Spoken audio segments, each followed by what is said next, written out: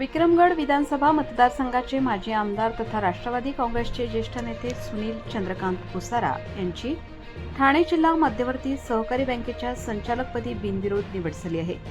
त्यांच्या निवडीमुळे पालघर जिल्ह्यासह विक्रमगड, जव्हार, मोखाडा आणि परिसरातील सहकार क्षेत्रात समाधानाचे वातावरण निर्माण झाले आहे। सहकार क्षेत्रातील प्रदीर्घ अनुभव, ग्रामीण भागातील शेतकरी, महिला, बचत गट आणि सर्वसामान्य नागरिकांच्या प्रश्नांची जाण तसेच लोकप्रतिनिधी म्हणून केलेल्या कार्याची दखल घेत त्यांची संचालकपदी निवड झाल्याचे मानले जात आहे। त्यांच्या माध्यमातून बँकेच्या विकासाला गती मिळण्याबरोबरच ग्रामीण भागातील सहकारी संस्था आणि शेतकऱ्यांच्या हिताच्या प्रश्नांना अधिक बळ मिळेल अशी अपेक्षा व्यक्त केली जात आहे। सुनील भुसारा यांचे वडील दिवंगत चंद्रकांत भुसारा यांनीही जिल्हा मध्यवर्ती बँकेच्या संचालक उपाध्यक्षपदाची जबाबदारी यशस्वीपणे सांभाळली होती। त्यांच्या निधनानंतर सुनील भुसारा यांनी सहकार क्षेत्रातील परंपरा पुढे नेत विविध स्तरांवर कार्य केले आहे।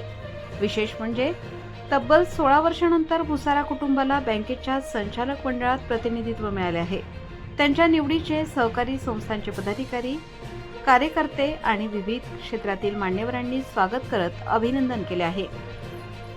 पालघर जिल्ह्याच्या ग्रामीण अर्थव्यवस्थेला बळकटी देणे, शेतकरी व सहकार क्षेत्राच्या विकासासाठी कटिबद्ध राहणार असल्याची भावना सुनील भुसारा यांनी व्यक्त केली।